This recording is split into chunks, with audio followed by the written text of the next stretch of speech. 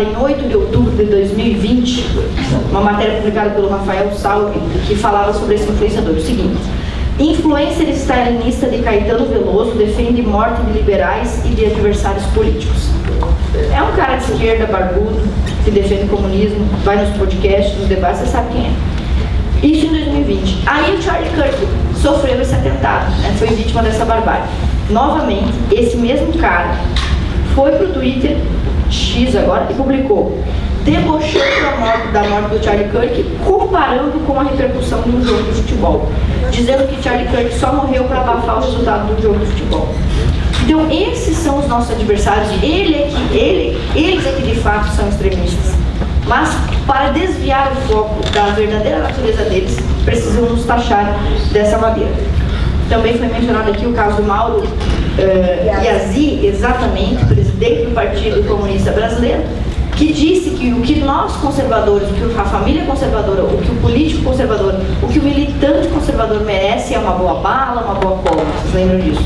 Também, absolutamente nada aconteceu contra ele. Já o Nicolas, só porque botou uma peruca, está sofrendo ameaça de ser caçado, sendo que a Erika Hilton mudou totalmente o cabelo e a cara dela e ninguém ameaça ela de nada. Ninguém vai nada, né?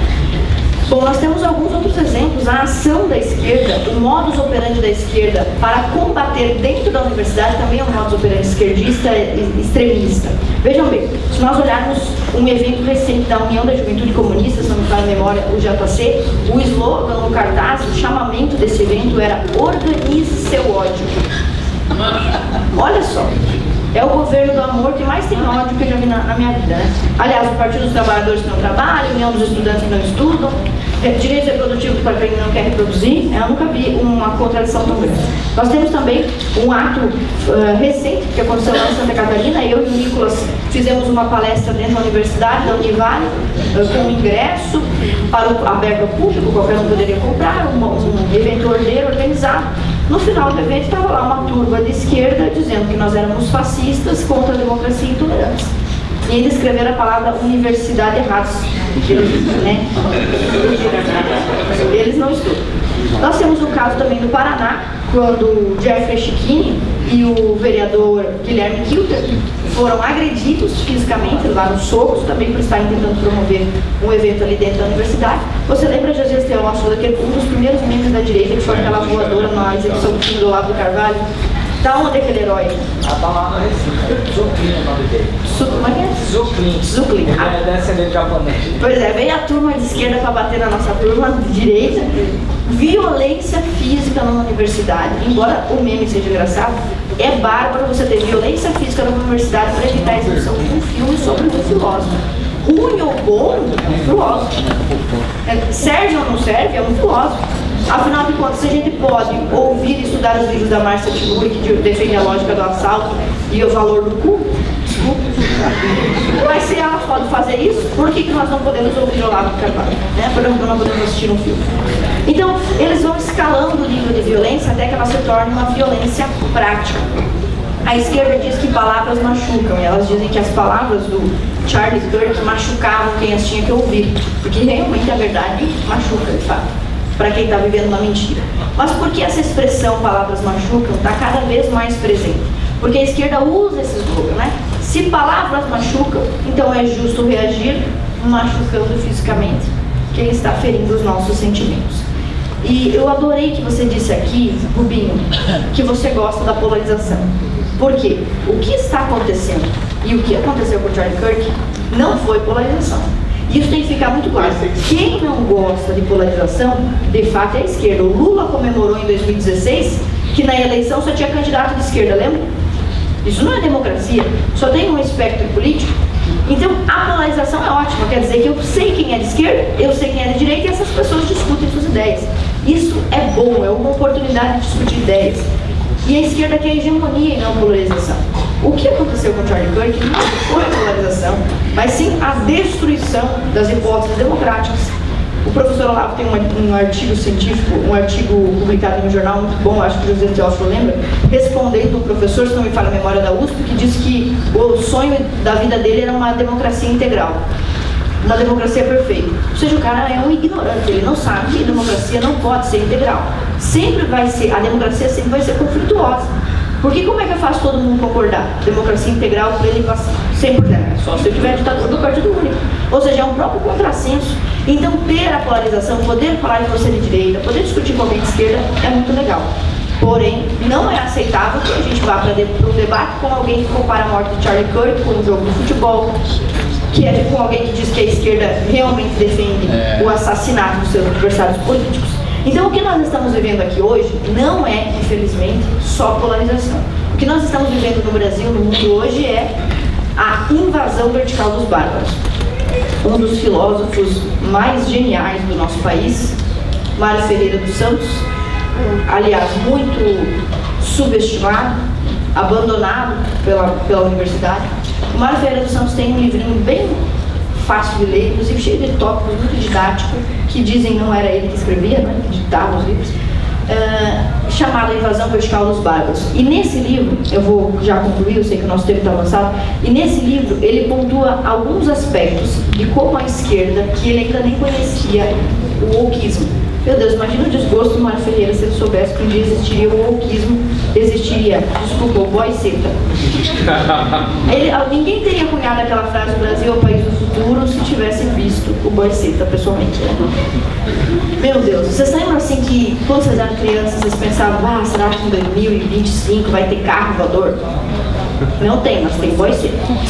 Tá? Que é o oposto, né?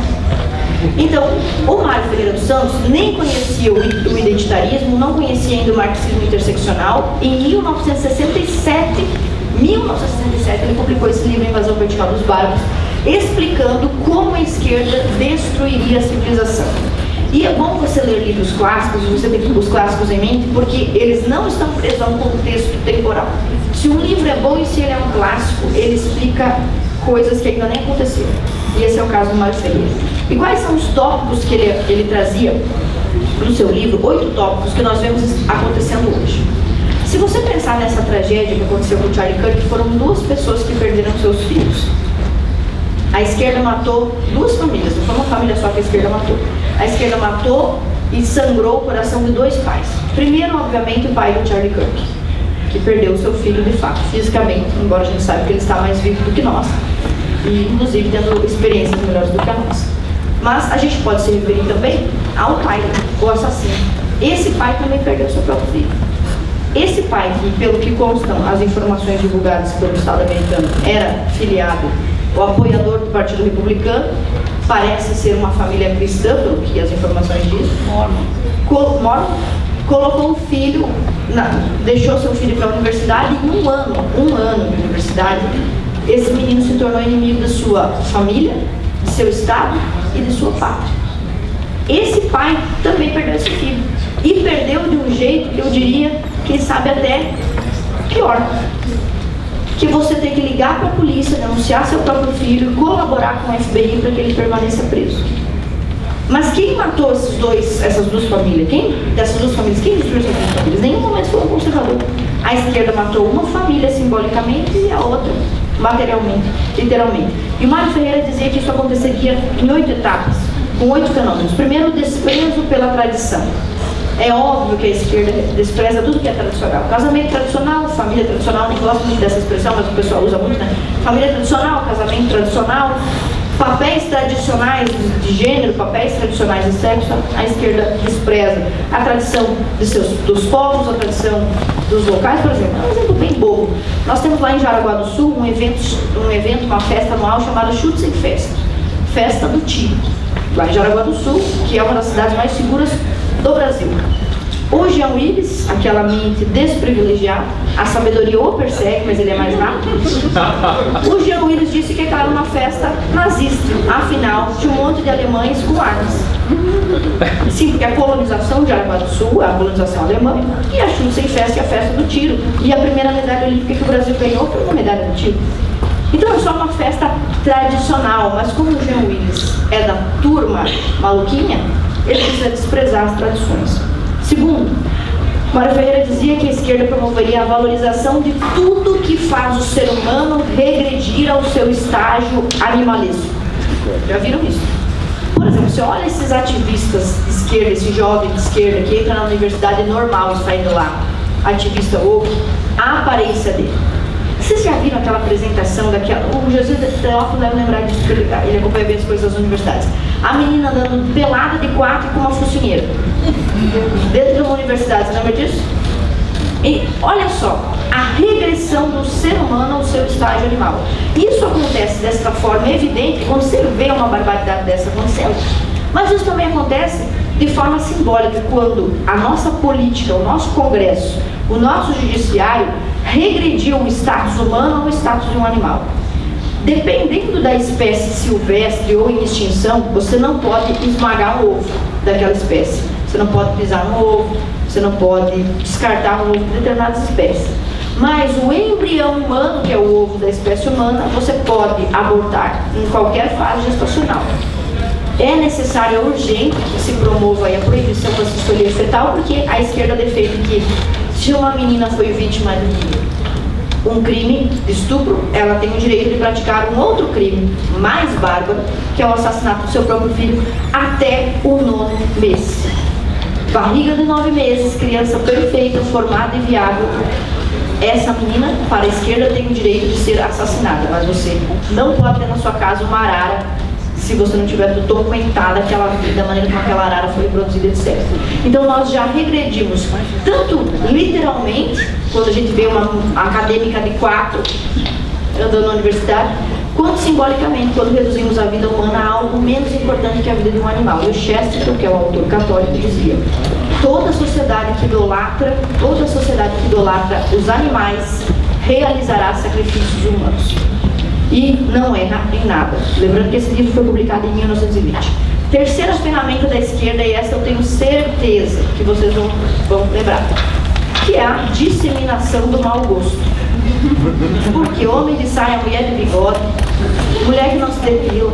Porque isso pode acontecer por diversos motivos. A pessoa não quer, a pessoa não gosta, mas eles fazem do mau gosto um ativismo político. Um dos sinais de alerta para você cuidar do seu adolescente, da sua criança, do seu jovem em casa, temendo que ele se torne de esquerda, é ver se ele está fazendo esforço para ficar mais feio. Está tomando banho. Banho também é relevante, né? É de bom gosto tomar banho. A gente conhece eles pelo cheiro. Pelo cheiro. Imagina esse aqui cheio de esquerdista, que não já tá. Muito obrigada. Pois é. Eu já pensei que, sabe quando o pessoal da polícia vai enfrentar essas manifestações de esquerda e leva bala de borracha? Eu acho que a gente tinha que pegar aquele tanque dos bombeiros, botar sabão dentro e usar aquilo ali, né? Pois bem, o que mais? O Mário Ferreira falava também sobre a exploração da sensualidade. Todo mundo sabe que isso acontece o tempo todo. Tanto a exploração da sensualidade quanto o mau gosto estão em absolutamente tudo. Televisão, mídia, filme, música, moda, nas novelas, nas escolas, como foi mencionado aqui aquele caso absurdo da escola que está fazendo uma simulação de motel. Lá em Santa Catarina nós denunciamos uma professora de São José que filmou nas redes sociais dela um baile funk dentro da sala de aula, com os alunos dançando até o chão, ela inclusive, um negócio absurdo. E sim, realmente muitas vezes nada acontece. Outro elemento que o Mário Ferreira mencionava, a diluição do indivíduo no coletivismo identitário. Foi isso que aconteceu com o Tyler. Exatamente isso que aconteceu com o Tyler. Ele relegou toda a sua identidade, toda a sua construção dentro daquela família, os valores do pai e da mãe, a diferença que uma criança tem, a nossa diferença no geral para o nosso vizinho, para os outros amiguinhos da escola, vocês lembram quando estavam na escola? É a família na qual nós fomos criados. Lembra daquele filme, me ajuda, daquele clipe do The Wall? Do Slipknot? Esse respeito. Não sei que ouço o rock, porque o pai me tem disciplina de Deus. Mas se vocês lembrarem desse clipe, todas as crianças que estiverem sob a orientação e educação maciça e massiva do Estado, elas vão ser iguais. Então, o que nos faz diferentes do nosso amiguinho, o que nos dá identidade? Primeiro, os elementos biológicos que todos nós temos, e segundo, o meio em que fomos criados. Então, o que nos faz indivíduos é preservarmos os valores que foram passados dos nossos pais, dos nossos avós para os nossos pais e sucessivamente. Então, a esquerda prevê a destruição do indivíduo, não sou mais eu. Né? Então, quando o Holiday conquista algo, não é o Holiday que conquistou, foram os negros. Quando uma mulher conquista algo, não foi a mulher que conquistou, foram as feministas, foram as mulheres. Né? E veja bem, eu tenho um exemplo muito bom sobre isso. Todo mundo sabe que eu sou contra cotas para mulheres e tem muitos motivos pelos quais eu sou contra. Primeiro, porque todo conservador é contra cotas e acabou. E se ele não for contra cotas, ele não é conservador de verdade. O conservador entende que o indivíduo é o foco tanto das políticas públicas quanto da transformação do sujeito dessa história. Então, o conservador não é a favor de cotas de nada. Pois bem, isso tem que ficar muito claro. Mas tem um outro motivo também pelo qual eu sou contra essas cotas femininas. Na primeira eleição, o Holiday me ajudou, fiz 35 mil votos, mas na segunda eleição eu fiz 196 mil votos. A maior votação da história da República do meu estado. A segunda colocada, que é do PT, fez 100 mil votos a menos. E o outro que tinha ganhado mais votos do que eu tinha sido governador antes e tinha feito 120 mil. De 120 para 200 mil é uma diferença considerável. Então, quando eu conquistei isso com o meu trabalho, que era um trabalho antifeminista, começaram a sair matérias nos jornais dizendo assim: a contradição acompanhou a deputada eleita por cotas que é contra cotas. Ou seja, a minha vitória, o meu trabalho foi reduzido a um coletivo, porque a esquerda pensa coletivamente. No Brasil não existe cota para ser eleito, existe cota para ingressar no partido.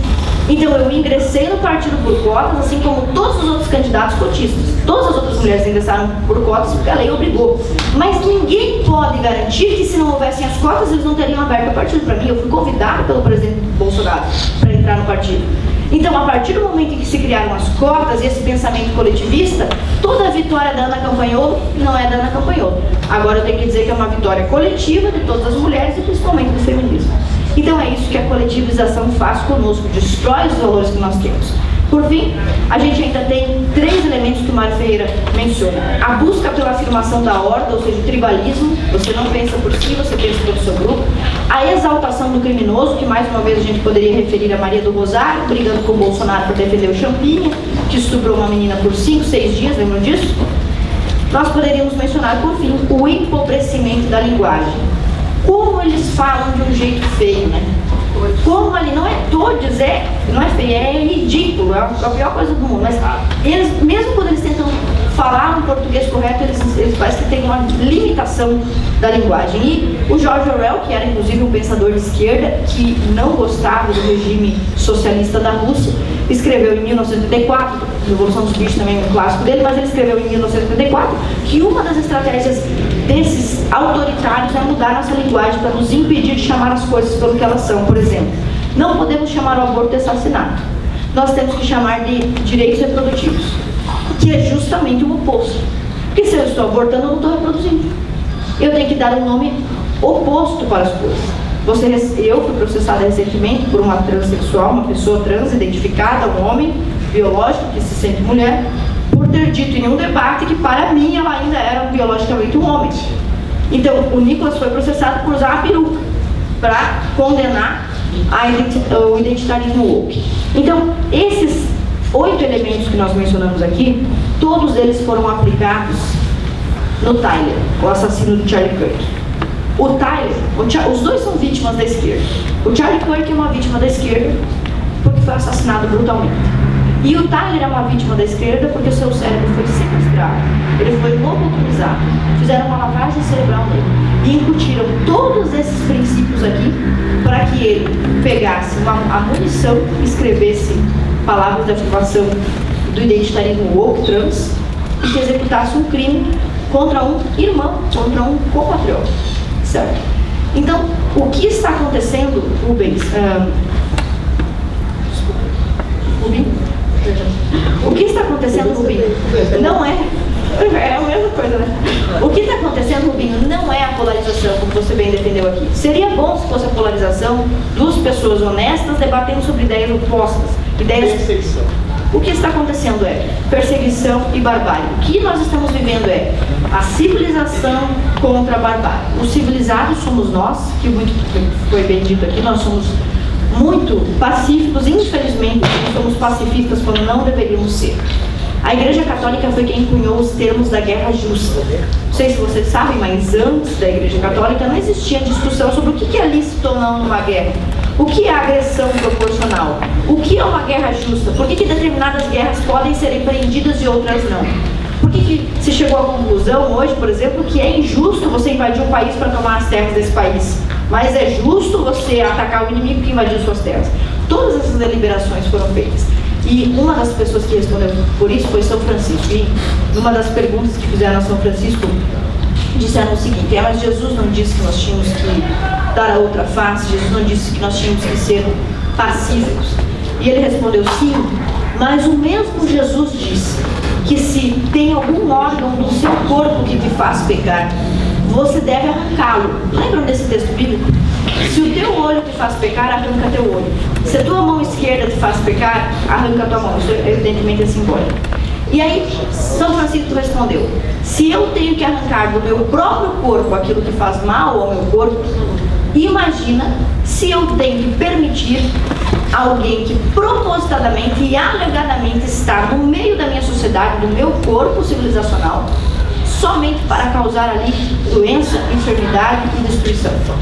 É um ato de amor você reagir contra os bárbaros. É um ato de civilidade você não permitir que eles contaminem a nossa cultura, que já está bastante contaminada, para se falar a verdade, com os seus pensamentos radicais. Então, a morte do Charlie Kirk, ela não é só uma tragédia pessoal para a família dele, ela é uma tragédia civilizatória, que denuncia um processo que nós precisamos reagir de muitas formas. Uma delas é aprendendo a não cair, não incorrer no erro do pacifismo. Não podemos ser dessa maneira. Nós temos que, fomos ofendidos, processar. Fomos lesados, processar. Sofremos alguma violência, denunciar. Nós somos denunciados e processados por coisas que não fizemos. Mas se nós não perseguirmos os nossos inimigos pelo que eles nos fazem, as injustiças vão se tornar irreversíveis. Vai ser impossível abrir um processo, não vai ter jurisprudência para fundamentar isso. Para concluir, eu quero dar um exemplo. Nós conservadores somos contra cotas, já foi dito aqui. Uma vez estava na CCJ deliberando sobre um projeto de cotas para congelamento de 30% de cotas para negros lá no meu estado, em Santa Catarina. Parece, pela última pesquisa, que Santa Catarina tem apenas 8% da população negra. Então, ainda que nós fôssemos discutir a viabilidade da cota, o número estava bastante injusto em relação à representatividade populacional. Mas isso independe, porque o conservador, em essência, é contra cotas. É nosso direito, como liberais, como conservadores, como direitistas, defender o fim das cotas que existem e impedir que novas sejam criadas. Nós temos esse direito, ele é assistido na Constituição, senão nós não podemos fazer política. Senão a direita vai ser proibida. E eu defendi e consegui derrubar, numa estratégia bem sagaz na comissão, um projeto de lei de uma petista para congelar 30% de cotas para negros. No momento que eu fiz esse voto, que demorou 40 segundos, com um voto relâmpago, consegui a maioria e acabou o assunto, levantou na plateia uma funcionária pública e gritou: racista! Imediatamente eu fiz o quê? Chamei a polícia, peguei o CPF, processei criminalmente, perdeu o CPF.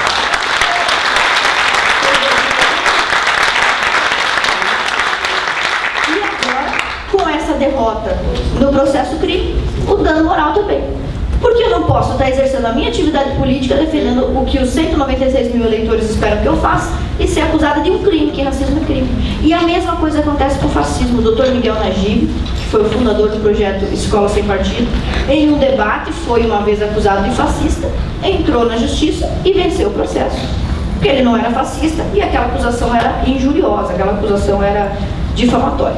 Então, eu tenho muito apreço por toda a família do presidente Bolsonaro. Uma das pessoas que me ajudou, além do Holiday, naquela época, foi o Eduardo Bolsonaro, que fez muita campanha para mim, ajudou a chegar onde eu estava.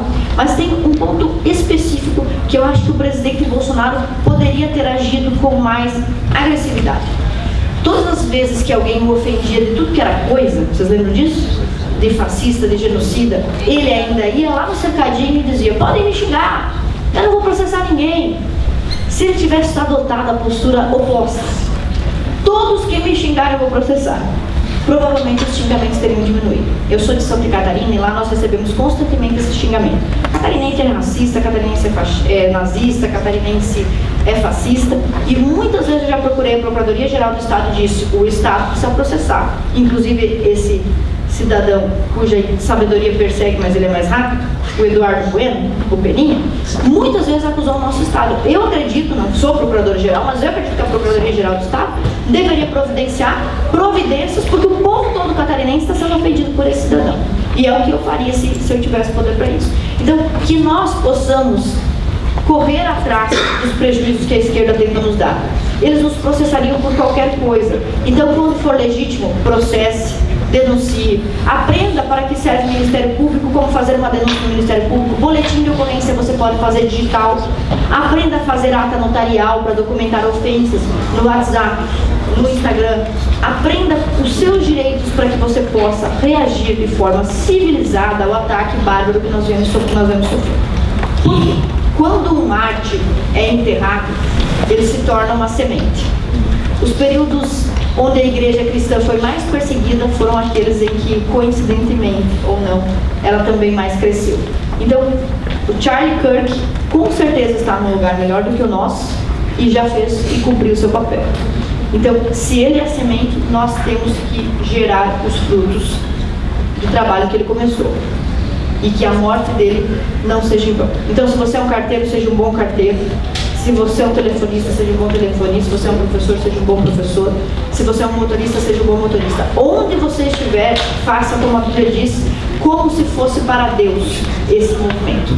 E que Deus nos ajude nesse momento. Na política, o recado mais importante é resistir. Na política vence quem resiste por mais tempo. Como a Bíblia diz, a corrida só acaba quando você cruza a faixa final lá e levanta o troféu. Então, que nós consigamos resistir em memória do Clezão e em memória do Charlie Kirk, de todos os brasileiros perseguidos, em memória também do esforço, da perseguição que outra pessoa está sofrendo, que não está morta, está viva, mas o Estado está tentando matar, que é, claro, o presidente Bolsonaro, mas também o Felipe Martins.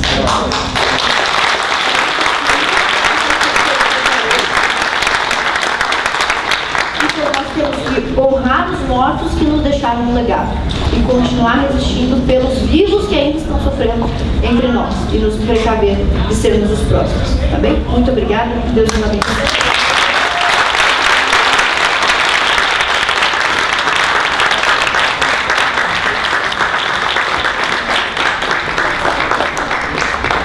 Bom, galera, antes de encerrar, gostaria apenas de anunciar duas iniciativas. Nós faremos um e-book cujo título é Charlie Kirk, o preço da coragem.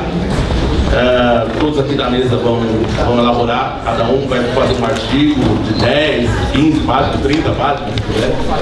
E se alguém tiver interesse também em compor o livro, se apresentar pra gente, vai ser muito bom. A esquerda faz muito isso, obras coletivas, e vocês produzem obras, sobretudo nós temos que fazer também. Um último anúncio. Nós concordamos aqui, alguns membros da mesa, de ingressar com mais uma representação por quebra de decoro parlamentar contra a vereadora Maria Paula, lá de Araraquara. Já tem 3 representações, se não me engano, contra ela. Faremos mais uma também aqui em uma atuação coletiva e efetiva contra mais uma daquelas pessoas que querem nos